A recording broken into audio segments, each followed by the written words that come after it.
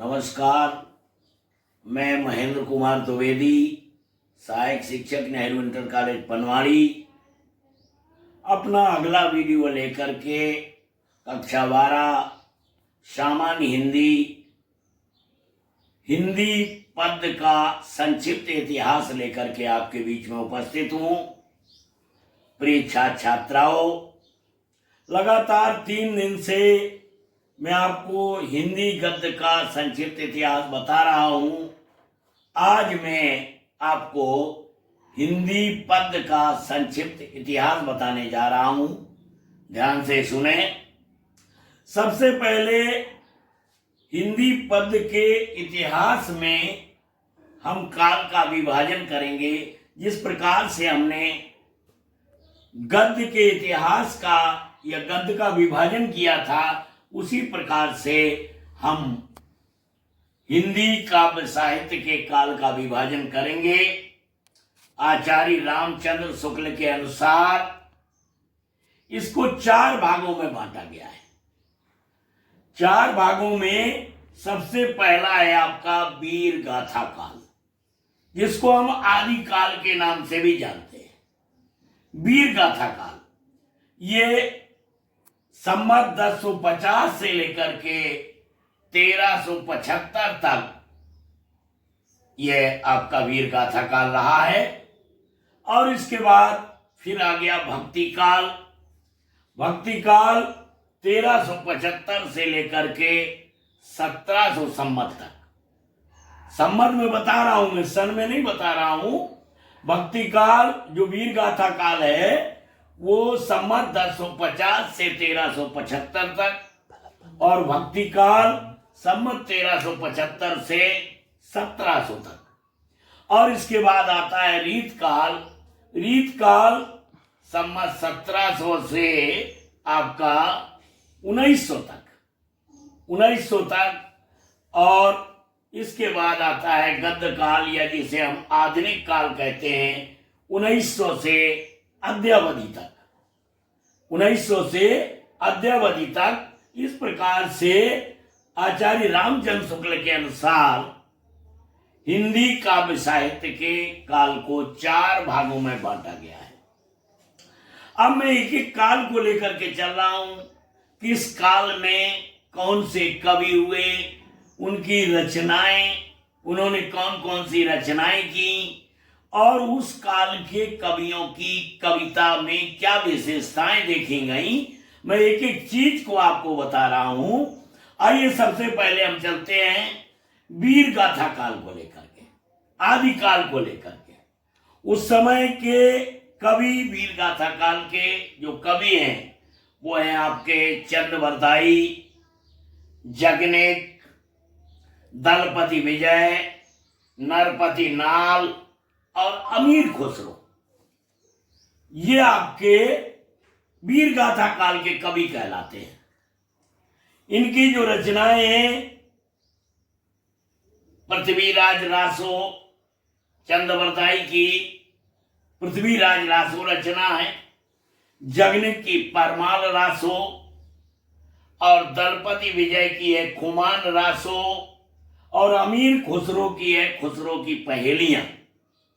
प्यारे बच्चों, मैं आपको बता दूं, जिसमें कभी कभी परीक्षा में आता है कि अमीर खुसरो या परमाल रासो या पृथ्वीराज रासो किस काल की रचना है। याद रखिए, जहां रासो शब्द जोड़ा हो वो आदि काल या वीर गाथा काल की ही रचना है।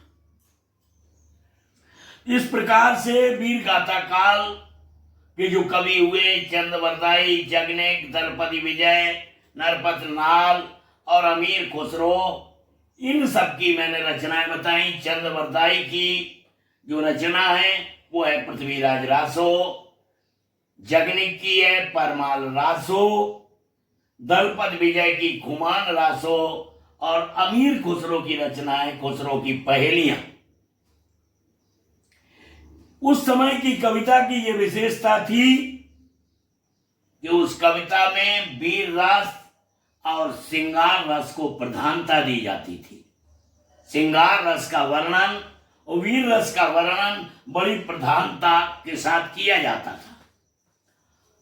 आश्रयदाताओं की प्रशंसा की जाती थी। कविता के माध्यम से इन कवियों की ये विशेषता थी कि आश्रयदाताओं की ये प्रशंसा करते थे। कल्पना की प्रचुरता, बड़ी कल्पना करते थे। आपने जगनिक का परमार रासो पढ़ा हो, आला खंड जो हमारे जनपद महोबा पर लागू है। राजा परमार महोबा के राजा थे और उनके बारे में अक्सर हम पढ़ते हैं, लिखा है। और एक और है कि इसमें डिंगल पिंगल भाषा का प्रयोग, भाषा खड़ी बोली नहीं थी, डिंगल पिंगल भाषा। एक उदाहरण के तौर पर जैसे मैं आपको बता दूं, खट खट खट खट तेगा बाजे बाजे छपक छपक तलवार, चले जुनबी हो गुजराती ऊना चले बिलायत क्या। माने इस प्रकार से भाषा का कोई वो नहीं था, डिंगल पिंगल भाषा इसको कहा जाता था। और तो इस प्रकार के जो रचनाएं थी वो श्रृंगार रस की प्रधानता की प्रशंसा की जाती थी। डिंगल पिंगल भाषा का प्रयोग होता था। अतिशयोक्ति वर्णन किया जाता था। एक के मारे दो मर जावे, तीसरा खौफ खाए मर जाए। इस प्रकार से ये कल्पना की प्रचुरता, अतिशयोक्ति वर्णन वीर गाथा काल में कवियों द्वारा किया गया है। प्यारे बच्चों, ये हुआ आपका वीर गाथा काल। अब इसके बाद हम आते हैं भक्ति काल में। भक्ति काल जो आपका 1375 संमत 1375 से 1700 संमत तक चला, उसमें भक्ति काल में दो प्रकार की शाखाएं हो गई। एक तो ज्ञानाश्रयी शाखा और एक हो गई आपकी प्रेमाश्रयी शाखा। एक ज्ञानाश्रयी शाखा यानी एक आपकी निर्गुण और एक आपका सगुण। निर्गुण में भी दो भाग हुए, एक ज्ञानाश्रयी और एक प्रेमाश्रयी। और सगुण के दो भाग हुए, एक कृष्ण काव्य धारा और दूसरा राम काव्य धारा। अब मैं आपको अलग अलग बता रहा हूं।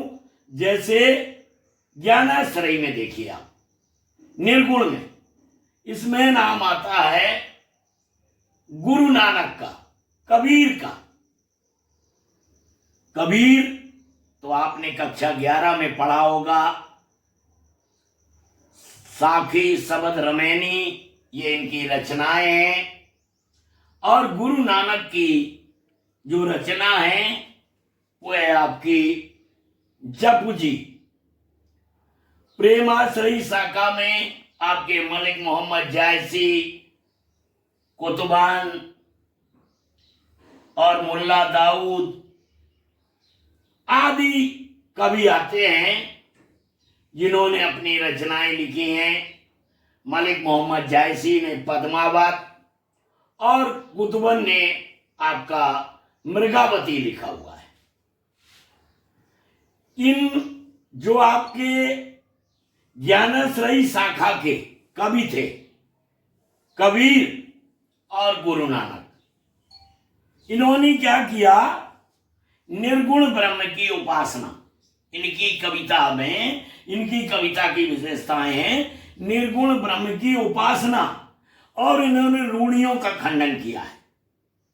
वास्तव में कबीरदास का जब जन्म हुआ, हमारा देश, हमारा समाज छुआछूत, अंधभक्ति, अंधविश्वास आदि व्यसनों से ग्रस्त था। तो कबीर एक कवि, बाद में पहले एक समाज सुधारक हुए। उन्होंने अपनी कविता के माध्यम से जो रूढ़ियां से एक परंपरा चली आ रही थी, उन रूढ़ियों का खंडन किया। तमाम प्रकार की ऐसी रूढ़ियां थीं जिन्हें कबीरदास जी ने, गुरु नानक ने अपने काव्य के माध्यम से, अपनी कविता के माध्यम से उन रूढ़ियों का खंडन किया और समाज को एक नई दिशा दी। चाहे जिस क्षेत्र में ले लीजिए, कबीरदास के बारे में आप जानते होंगे, पाथर पूजे हरि मिले। हिंदुओं को उन्होंने पत्थर पूजा का विरोध किया, लिखा है पाथर पूजे हरि मिले तो मैं पूजो पहाड़, ताते ये चाकी भली पीस खाए संसार। मूड़ मुड़ाए हरि मिले सब कोई ले मुड़ाए, और बार बार के मुड़ते भेड़ न बैकुंठ जाए। इस प्रकार से कई उन्होंने ऐसे उदाहरण अपनी कविता के माध्यम से दिए जिसमें समाज सुधार देखने को मिलता है। कबीरदास जी वास्तव में उस समय के जो कवि थे, ज्ञानाश्रयी शाखा के, उन्होंने एक समाज सुधारक का काम किया है। इसके बाद आता है प्रेमाश्रयी। प्रेमाश्रयी में मलिक मोहम्मद जायसी और कुतुबन जैसे कवि थे। मलिक मोहम्मद जायसी ने पद्मावत और कुतुबन ने मृगावती लिखा हुआ है। इस काल के कवियों ने अपनी कविता में प्रेम की महत्ता पर बल दिया है, मानव मूल्यों पर बल दिया हुआ है। अब इसके बाद इसी की एक शाखा है जो कृष्ण काव्य धारा सगुण में आई है। निर्गुण के दो भाग हुए, याद रखिए, भक्ति काल को दो भागों में बांटा गया, निर्गुण और सगुण। निर्गुण की दो शाखाएं हुई, एक ज्ञानाश्रयी और एक प्रेमाश्रयी। और इसके बाद सगुण, सगुण में एक आ रहा है कृष्ण काव्य धारा और दूसरा है आपका राम काव्य धारा। सबसे पहले आए कृष्ण काव्य धारा। कृष्ण काव्य धारा में सूरदास जी का नाम आता है और नंददास जी का नाम आता है। सूरदास जी की बहुत सारी रचनाएं आपने पढ़ी होंगी, सूर सारावली, सूर सागर, साहित्य लहरी इत्यादि। और नंददास जी की है भंवर गीत, रस मंजरी, ये इनकी रचना है। इन्होंने क्या किया, इनकी रचना की जो विशेषताएं हैं, इनकी कविता की जो विशेषताएं हैं, सखा भाव की भक्ति इन्होंने अपने काव्य में दर्शाई है। सखा भाव की भक्ति इन्होंने दर्शाई है और ज्यादातर इन्होंने ब्रज भाषा का प्रयोग अपनी कविता में किया है। ब्रज भाषा में इन्होंने अपनी कविता लिखी है और वात्सल भाव और श्रृंगार रस की प्रधानता इनके काव्य में देखने को मिलती है। सूरदास को तो वात्सल्य का सम्राट कहा जाता है। नेत्रहीन होने के बावजूद भी भगवान कृष्ण की बाल लीला का वर्णन जिस प्रकार से सूरदास ने किया, अन्य कवियों के लिए दुर्लभ है। इसलिए इन्हें वात्सल्य का सम्राट कहा जाता है। कितना बढ़िया इन्होंने कोई भी पद इनका, किल कतकान घुटुन आवत, मणिमय कनक नंद के आंगन, मुख प्रतिबिंब पकड़ वे धावत। नेत्रहीन व्यक्ति कैसे ये सारी चीजें जान सकता है, लेकिन सूरदास जी ने भगवान कृष्ण की बाल लीला का बहुत सुंदर वर्णन किया है और इसीलिए इन्हें वात्सल्य का सम्राट कहा जाता है। गोपियों का विरह वेदना का वर्णन भी बहुत सुंदर सूरदास ने अपनी कविता के माध्यम से, अपने पदों के माध्यम से किया है। अखियां हर दर्शन की भूखी, कैसे राहत रूप रस रांची, ये इस प्रकार का एक पद इन्होंने लिखा है। तमाम पद हैं जो गोपियों की विरह वेदना को व्यक्त करते हैं। तो प्यारे बच्चों, कृष्ण काव्य धारा में सूरदास और नंददास का नाम आता है। इनकी रचनाएं मैंने आपको बताई, इनकी कविता की विशेषता बताई।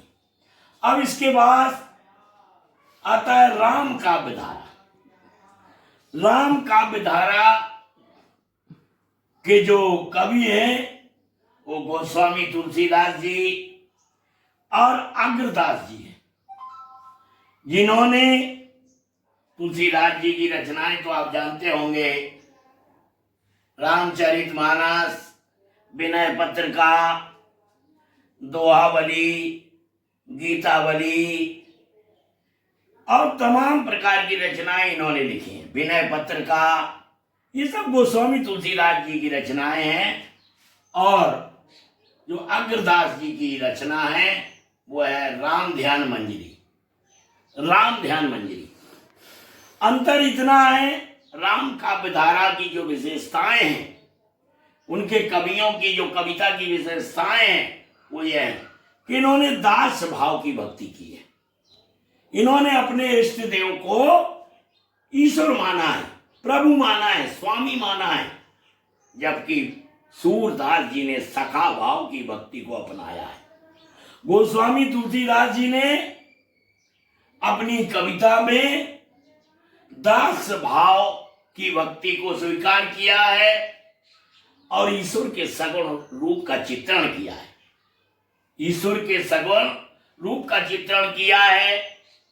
इनकी कविता में ब्रज और अवधी भाषा का प्रयोग देखने को मिलता है। अब इसके बाद आता है रीत काल। रीत काल में तीन प्रकार की, रीत काल को तीन भागों में बांटा गया है। एक तो है रीतबद्ध काव्य धारा, दूसरा रीत सिद्ध काव्य धारा, और एक है रीत मुक्ति कवि। मैं आपको बता दूं, रीत काल के कवियों की रीतबद्ध काव्य धारा में केशव और देव का नाम आता है।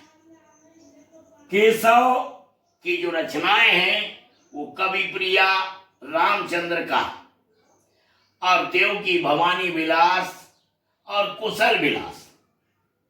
इस प्रकार के जो कविता है, रीतबद्ध काव्य धारा की कविता में की जो विशेषताएं हैं, रीत ग्रंथों का निर्माण, चमत्कार का प्रदर्शन और ब्रज भाषा का प्रयोग इन्होंने किया है। रीत सिद्ध काव्य धारा में बिहारी लाल, मतिराम, भूषण आदि के नाम आते हैं। बिहारी की कवि वो है बिहारी सतसई रचना, जिसमें 7 से 19 दोहे उन्होंने लिखे हैं। भक्ति और श्रृंगार के ऊपर सारे दोहे बिहारी लाल जी ने लिखे हैं। इन्होंने श्रृंगार रस को प्रधानता दी है और बिहारी ने दोहे ही लिखे हैं केवल, लेकिन वो दोहों का अर्थ बड़ा गूढ़ है, बड़ा जटिल है। किसी कवि ने लिखा है, सतसैया के दोहरे ज्यों नाविक के तीर, और देखत में छोटे लगे घाव करें गंभीर।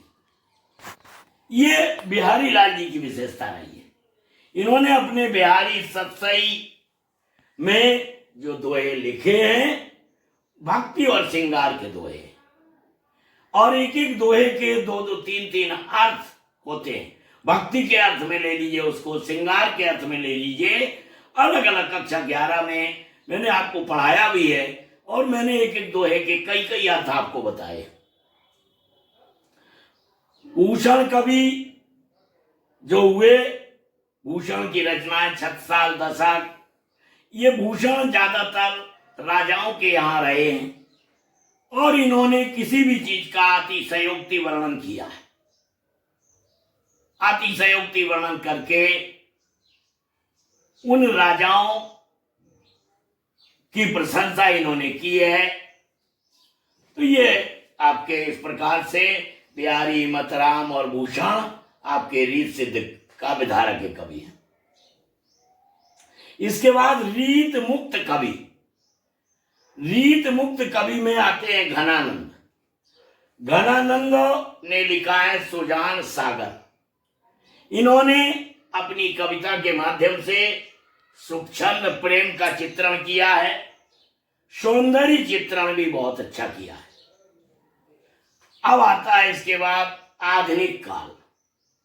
आधुनिक काल में सबसे पहले भारतीय युग, फिर द्विवेदी युग, फिर छायावादी काव्य, फिर प्रगतिवाद, फिर प्रयोगवाद। तो सबसे पहले आइए भारतीय युग। मैंने आपको जब गद्य का साहित्य बताया था उस समय बताया था भारतेंद्र हरिश्चंद्र गद्य के भी लेखक हैं और पद्य के भी रचनाकार हैं। तो भारतेंद्र युग में भारतेंद्र हरिश्चंद्र, प्रेम सरोवर, प्रेम फुलवारी, प्रेम माधुरी, इनका कविता लिखने का एक ही उद्देश्य था, बहुत ही कम समय में 34 वर्ष 4 माह केवल ये जिंदा रहे और उस कम अवधि में इन्होंने हिंदी साहित्य में एक महत्वपूर्ण स्थान अपनी रचनाओं, अपने साहित्य के बल पर प्राप्त किया है। समाज सुधार इनकी कविता का मुख्य उद्देश्य था। प्रेम चित्रण भी इन्होंने बहुत अच्छा किया है और देश प्रेम एवं राष्ट्रीयता इनकी कविताओं में देखने को मिलती है। फिर आपका द्विवेदी युग। द्विवेदी युग में जो कवि हुए हैं वो हमारे अयोध्या सिंह उपाध्याय, हरिऔध जी, मैथिली शरण गुप्त। अयोध्या सिंह उपाध्याय, हरिऔध जी, इन्होंने प्रिय प्रवास, वैदेही तमाम लिखे। इनके बारे में एक दोहा प्रचलित है इनकी रचनाओं में, चुभते चोखे चौप दे वैदेही वनवास और रस कलश हरिऔध के प्रिय प्रवास है खास। ये इनकी रचनाएं हैं। मैथिली शरण गुप्त का नाम ये झांसी जनपद के चिरगांव में इनका जन्म हुआ था। जब मैं इनका पाठ पढ़ाऊंगा तब इनकी जीवनी के बारे में आपको बताऊंगा। इन्हें राष्ट्र कवि से लोग जानते हैं। मैथिली शरण गुप्त राष्ट्र कवि की इन्हें संज्ञा मिली थी। इनका सबसे बढ़िया साकेत महाकाव्य इन्होंने लिखा है।